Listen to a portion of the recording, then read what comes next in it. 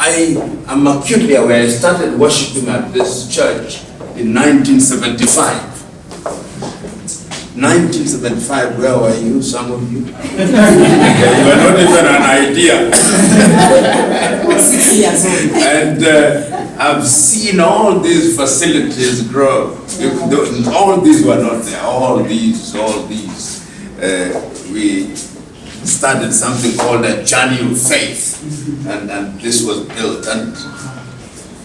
And today I have no speech as such. I simply want to speak to the great work that you've done.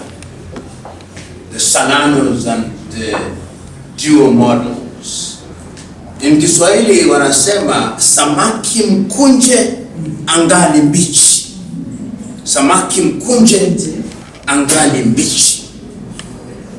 Na hawa samaki mnawakunja wangali mbichi. My good friend, the Reverend of Wanda, has posed a rhetorical question. Were you raised or you just grew up? And many of us will say they just grew up, but there is a sense in which you are raised up. The context was different. I'm here with my very good friend also, Oduoro Siago, who is Kenyan, lives in Denmark with the daughter there. And I knew him when he was raising himself up, literally, having lost his father at a very young age. And one of the things that I've learned over the years is to be truthful, whatever the consequences. That I think is very important. You annoy many sometimes, but upon reflection, and I want you to think about the teachers you now respect the most. They are the teachers whom you thought were bad when you were a student. Those are the ones that you respect the most, because they told you things that you did not want to hear. And I'm quite certain that through this journey, my two good friends here have been rebuked. And that is why they are remaining on this path. And to me, the presence of you all here is significant. Significant in the sense that many would say, but why would I take time on a Saturday to go for a book launch of 10-year-olds? But this is where it all begins. A friend of mine once told me, when he said, I was saying something, and then he stood up to speak after me and he said, it is getting wrong. He said, no, it never gets wrong. It starts wrong. It starts wrong.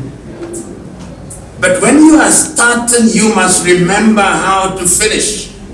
History does not remember those who started well.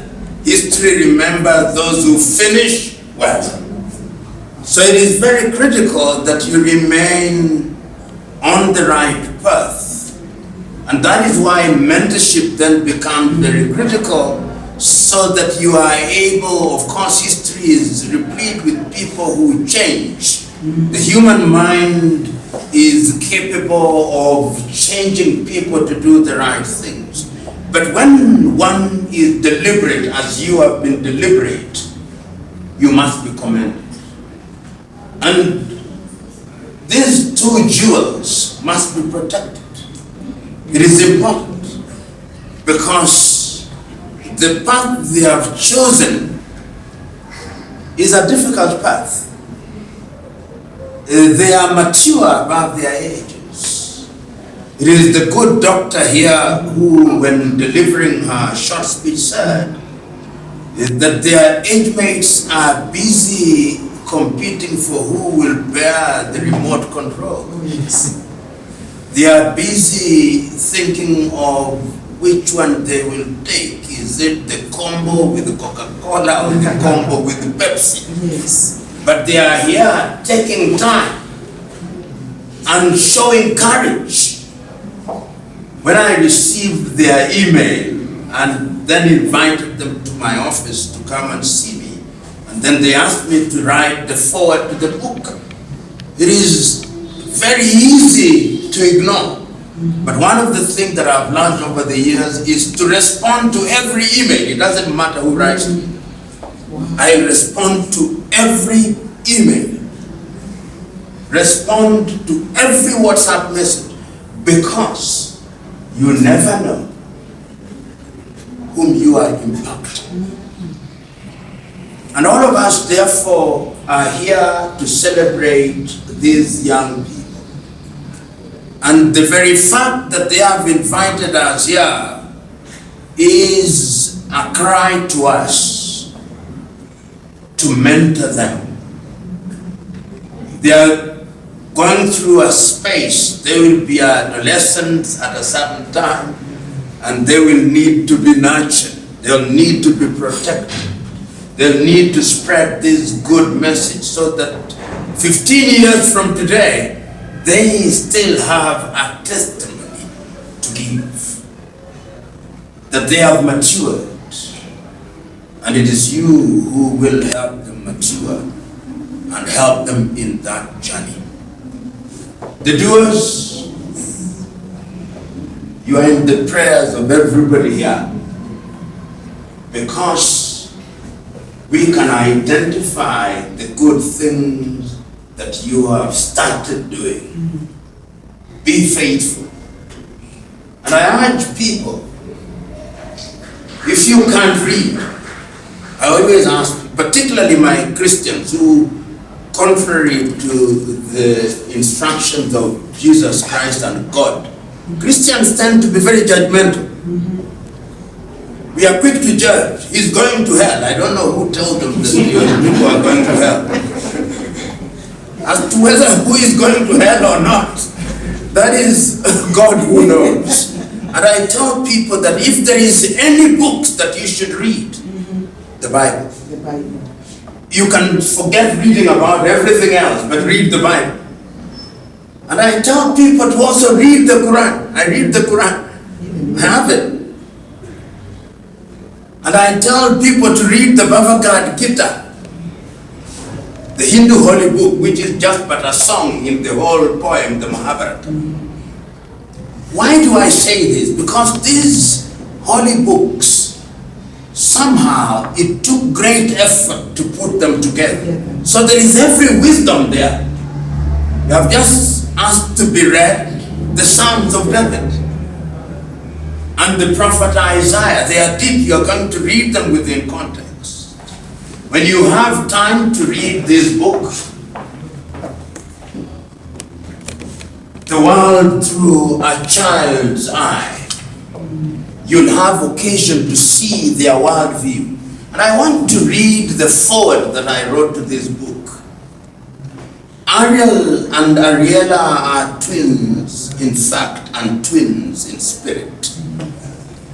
These amazing youngsters are demonstrating in their formative years that what people call luck is a product of hard work, passion, and dedication. Ariella and Ariella juggle many balls passionately, as they should be nurtured in their early years, nurtured under the keen guidance of their parents,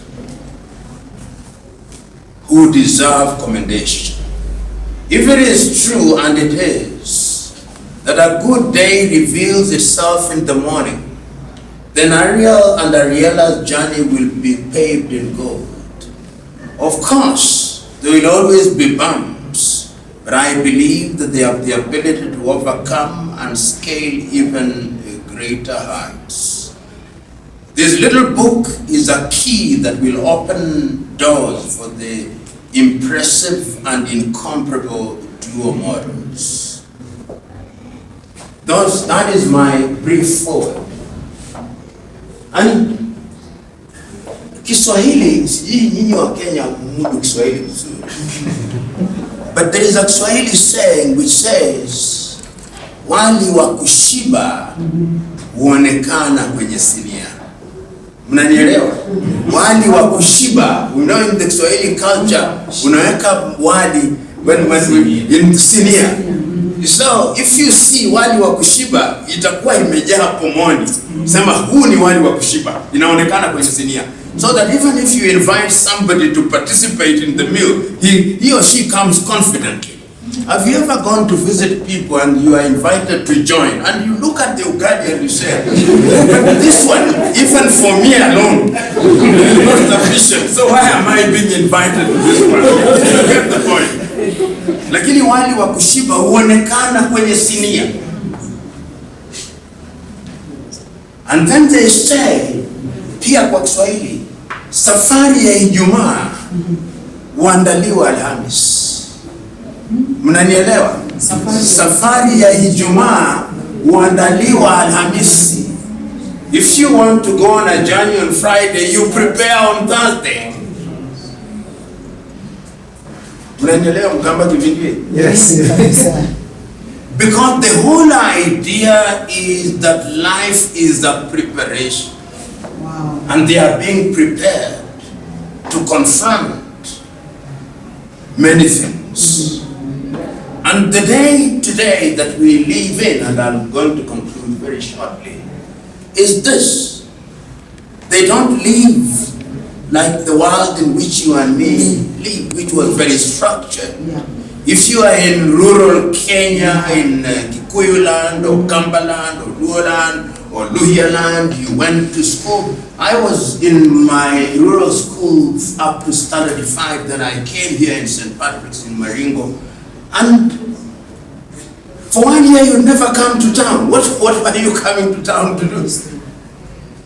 The whole of 1973, when I was in standard 6, and 1975, I never came to town. Yeah.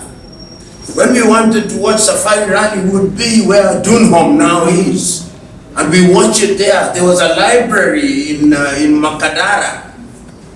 And when you wanted to buy things, you do it at Uhuru Market. And when you wanted meat, there was Bama Market. You never came to town. When you wanted to watch film, once every month, there was a factual film that came to the market. That is the way it was.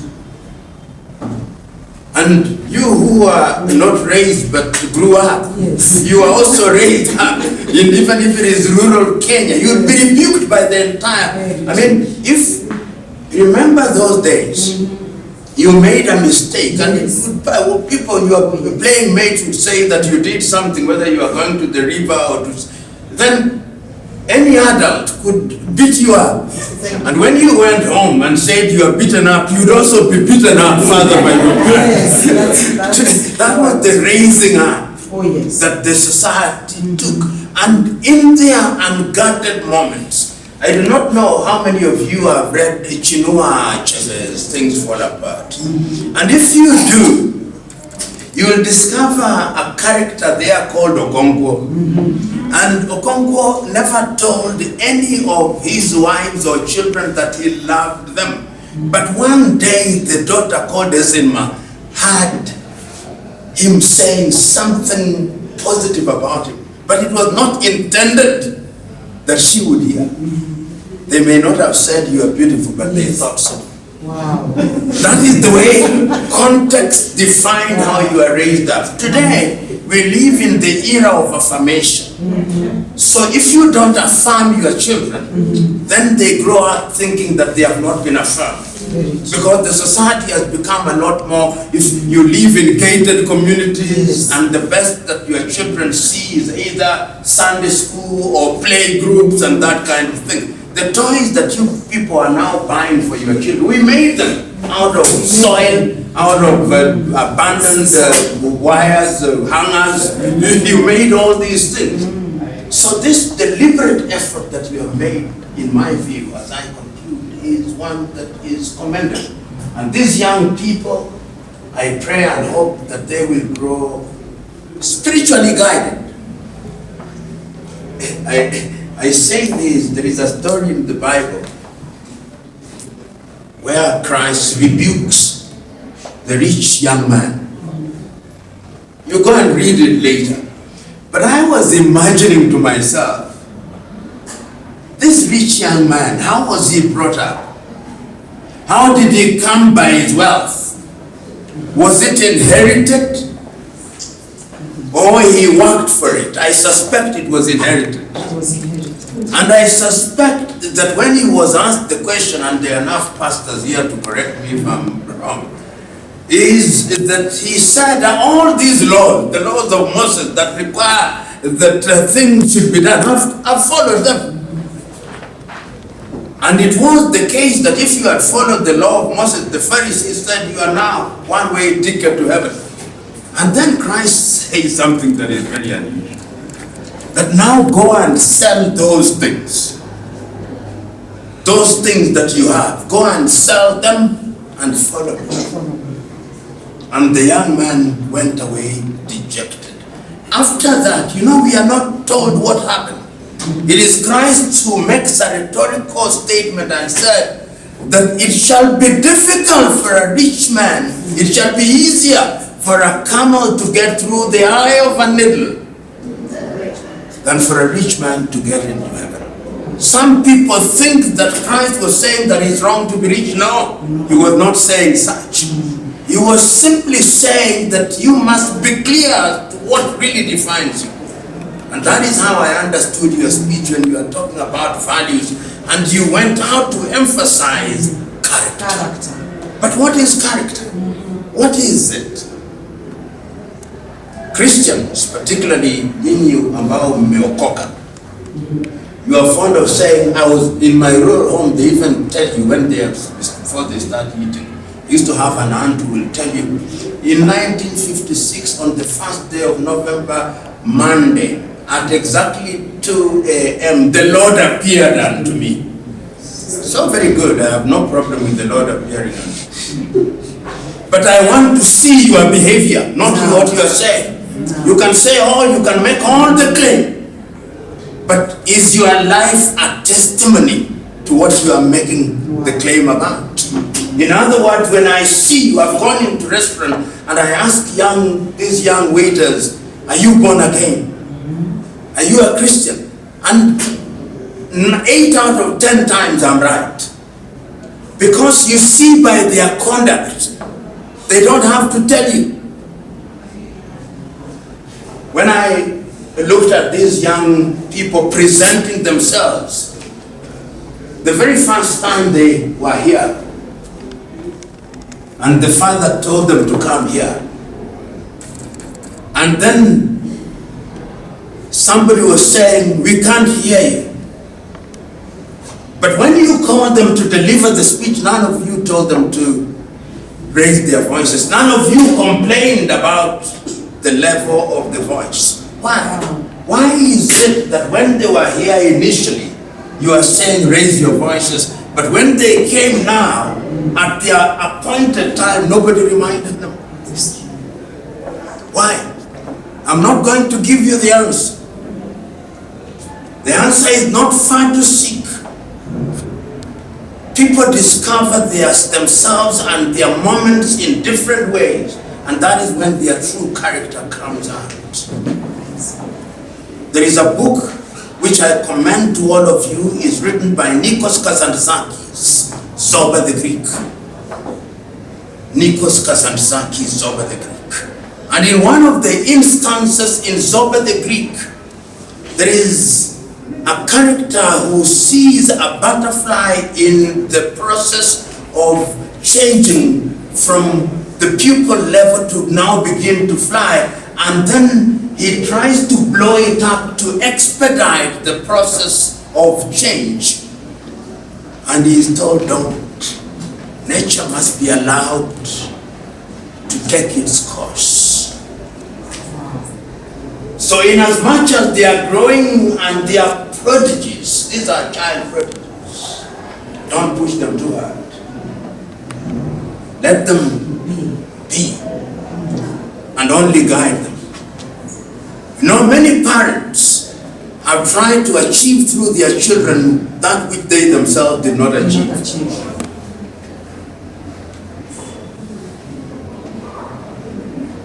Your children must do what they want to do.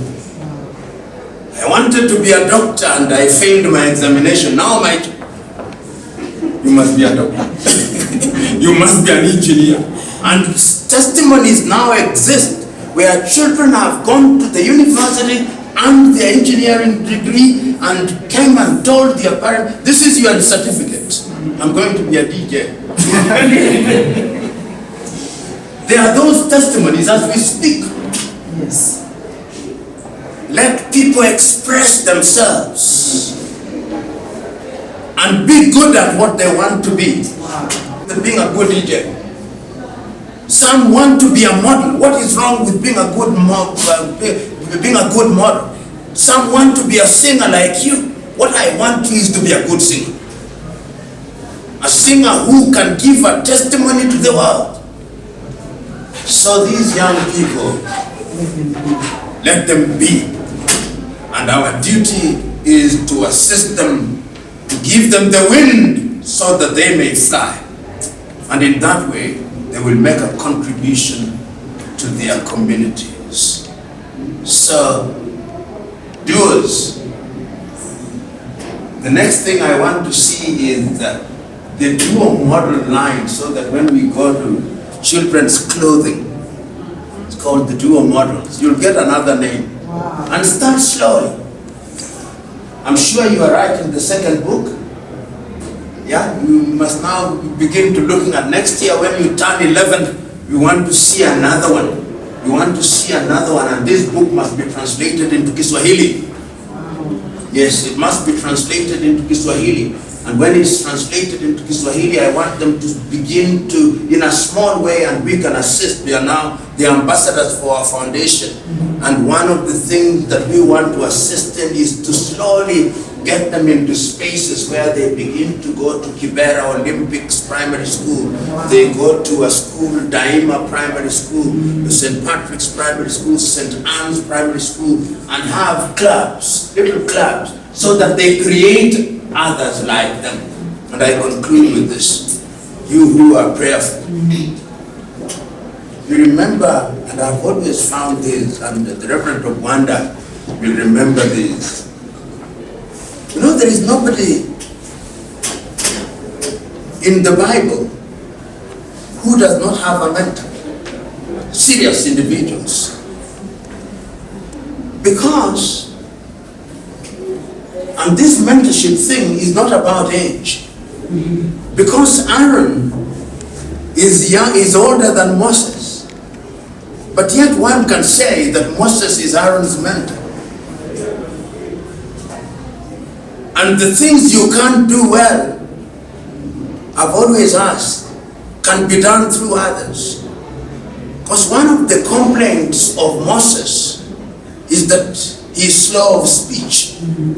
One would have thought that God would have immediately cured his speech so that he can be as eloquent. But he says, no, it is through your brother Aaron that thou shalt speak. Why did God not do that? He says it is through your brother Aaron. If you've seen Cecil B. DeMille, let them see that movie, The Ten Commandments. When they go to the Pharaoh at that time, they say, it is Aaron actually who says, then so said the Lord, let my people go. Joshua and Moses, Joshua the son of Nun, when says that the spirit of Moses is now in Joshua in many ways. Elijah and Elisha, so that you can see this consistency in throughout the Bible, because most of you here are Christians. So the spirit of the Solanos are in them. Sometimes it may be multiplied manifold. So they have double, I think Elisha had double portion of what Elijah had. So they are reflections. So if you ever thought that you are bad people, you are not. You are very good. This is why. Because a mango tree does not give forth an orange. So if nobody has ever told you you are a good parent, today we are telling you. and continue in that path. And you, God bless you. Wow. Amen.